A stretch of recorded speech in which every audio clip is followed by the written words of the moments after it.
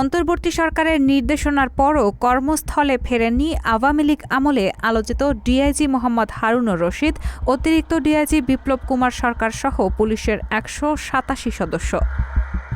৫ August Awami League সরকারের পতনের পর থেকে এখন পর্যন্ত তারা অদৃশ্য রয়েছেন।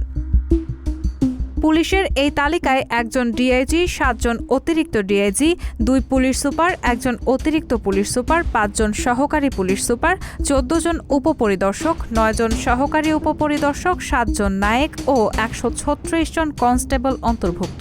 পুলিশ সদর দপ্তরের দায়িত্বশীল এক কর্মকর্তা জানান, এই ১৮৭ সদস্যের বেতন স্থগিত করা হয়েছে এবং তাদের বিরুদ্ধে আইনগত প্রক্রিয়া শুরু হয়েছে। তারা কর্মস্থলে উপস্থিত না হওয়ায় শোকজ করা হবে এবং সন্তোষজনক জবাব না পেলে বিভাগীয় ব্যবস্থা নেওয়া হবে। পুলিশ সূত্রে জানা যায়, তাদের মধ্যে বেশ কয়েকজনের বিরুদ্ধে হত্যার অভিযোগ রয়েছে। আইজিপি মোহাম্মদ মইনুল ইসলাম জানিয়েছেন, কর্মস্থলে যারা যোগদান করেননি তাদের বিরুদ্ধে অ্যাকশন শুরু হয়েছে। বর্তমানে তাদের অবস্থান পরিষ্কার নয়।